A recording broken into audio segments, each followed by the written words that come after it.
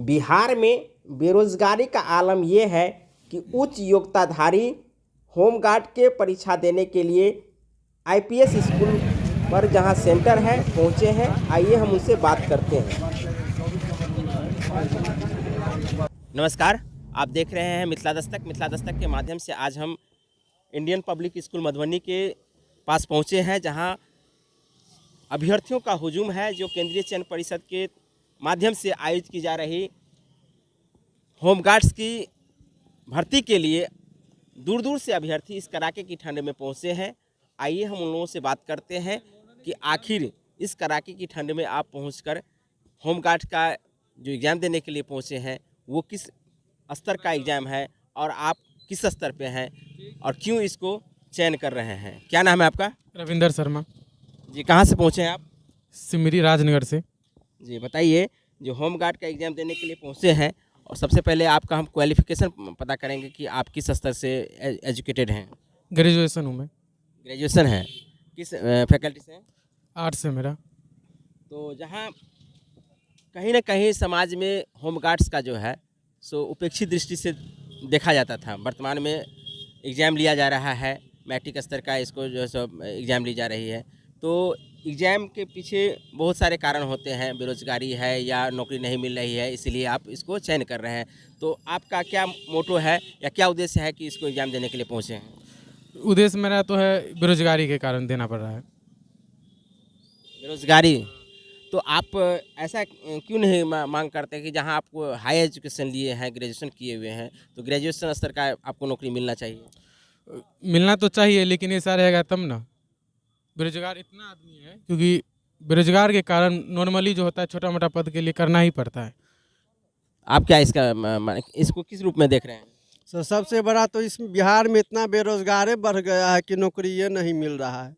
अब मिलियो रहा है तो 551 सीट है, हम लोग अब में 300 होमगार्ड वाला सबको है, 251 में हम लोग फाइट कर रहे हैं। इतना बच्चा 900 सीट पे एक ठो बच्चा का है, कहाँ से होगा? बेरोजगारी के व्यू से देख रहे हैं।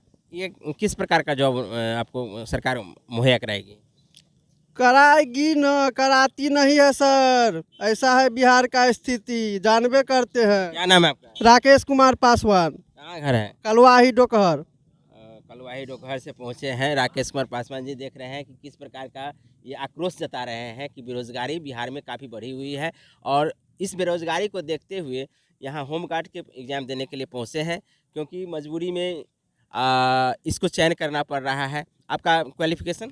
पीजी कर रहे हैं, वो भी ज्योग्राफी से। देख रहे हैं ये पीजी कर रहे हैं, पासवान जी पीजी कर रहे हैं, और बेरोजगारी इतना है कि इसको गले लगाना पड़ रहा है होमगार्ड को भी। जहां पहले के ज़माना में होमगार्ड को कहा जाता था कि कोई पढ़ा लिखा नहीं है, दौड़ धूप गया तो उसको नौकरी मिल जाता था, तो आज वो परिभाषा बदल गया है। बदल गया, पूरे बदल गया। क्या सोचते हैं आप?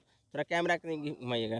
क्या सोच रहे हैं इसके संबंध में? वो भी सर सपना में आता है लेकिन होता नहीं है, इतना पढ़ लिख के। कौन सी नहीं आता है? वही होमगार्ड कुछ भी नहीं होता है सर। मानी होमगार्ड भी मिल जाए लेकिन नहीं मिलता है। नहीं मिल रहा है। नहीं मिल रहा है, इतना स्टूडेंट हो गया है बेरोजगार, से नहीं मिल रहा है। आलम ये है कि होमगार्ड का जॉब भी मिल जाए तो लोग करने के लिए तैयार है, इसलिए तैयार है कि नौकरी नहीं मिल रही है। तो ऐसा तो बांध के तो नहीं रखा है हाथ पैर को जो आप सिर्फ सरकारी जॉब ही कीजिए। प्राइवेट नहीं मिलता है तो कहाँ जाएंगे? प्राइवेट भी नहीं मिल रहा है। प्राइवेट भी नहीं मिल रहा है। 8-10 हज़ार रुपया दे रहा है, उससे क्या होगा प्राइवेट में? चलिए, तो ये आलम है, हम आपको दिखा रहे हैं कि थोड़ा घुमाइएगा। तो मिथिला दस्तक के माध्यम से हम आपको बता रहे हैं कि जहां अधिकांश छात्र अभ्यर्थी इस आशा और प्रत्याशा में रहते हैं कि हमें नौकरी मिलेगी, सरकारी नौकरी मिलेगी या प्राइवेट नौकरी मिलेगी, जहां सरकारी और प्राइवेट दोनों नौकरी नहीं मिलती है, वहां ऐसे एग्ज़ाम में जो होमगार्ड की जो सबसे निचले स्तर की परीक्षा कही जा सकती है, जो मैट्रिक स्तर का है, उस एग्ज़ाम को देने के लिए पीजी पीएचडी जो भी कह लें, वो सारे अभ्यर्थी यहाँ पहुँच करके एग्ज़ाम दे रहे हैं, अपनी भविष्य को आजमा रहे हैं कि किसी प्रकार उनको नौकरी मिल जाए।